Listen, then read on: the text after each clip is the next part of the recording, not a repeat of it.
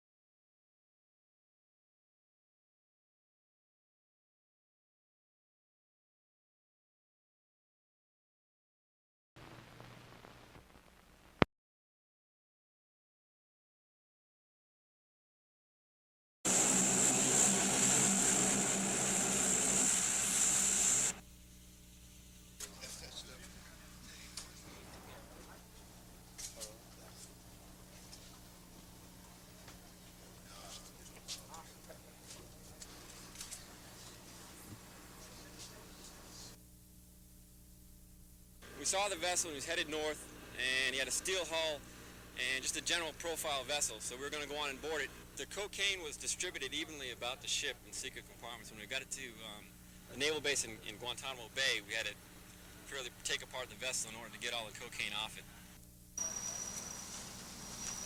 I'm trusting you, Bob, so do your best job. I hope you were Y-balanced.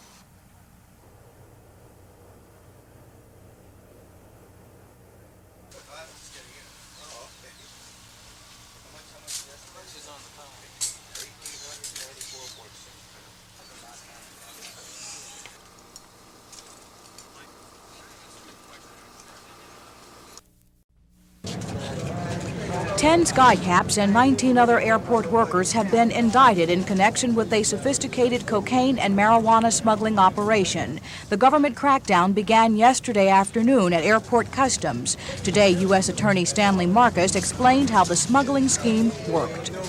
The skycaps would take the drug-laden baggage to one of two corrupt customs inspectors who would pass it through, and the second method utilized was through a technique that was known as juggling. That is to say, the baggage of arriving drug couriers would be mixed with the baggage of other passengers.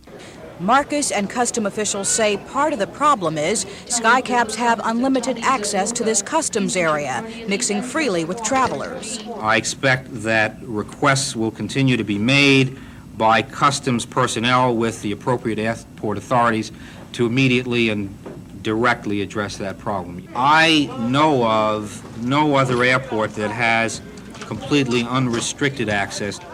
Many skycaps working tonight under this now much maligned system say they're still shocked about the crackdown. Well, obviously everybody was surprised. We didn't really know, a lot of us didn't know what was going on, and everybody just came in and took everybody off. Some were our friends, some were our co-workers, and no explanation was really given until in the evening time. This government investigation goes beyond suspected drug smuggling here at Airport Customs. There were also indictments today in what the government claims was a conspiracy to obtain certain computer records from Customs in exchange for money. The investigation is by no means complete. 10 more people are still being looked for tonight. Pam Salisbury, News 4. Officials say this is the first time U.S. Customs has impounded a commercial passenger airliner for smuggling. The $20 million L-1011 jet was seized this afternoon following the discovery of 3 pounds of cocaine aboard the aircraft after it arrived early this morning on a flight from Lima, Peru and Panama City, Panama. Customs officials say this is the 22nd time since last October that drugs have been found aboard Eastern flights from South America, including 5 instances of narcotics discovered in the cockpit area of the aircraft. Company officials say they are concerned by the implications of the seizure.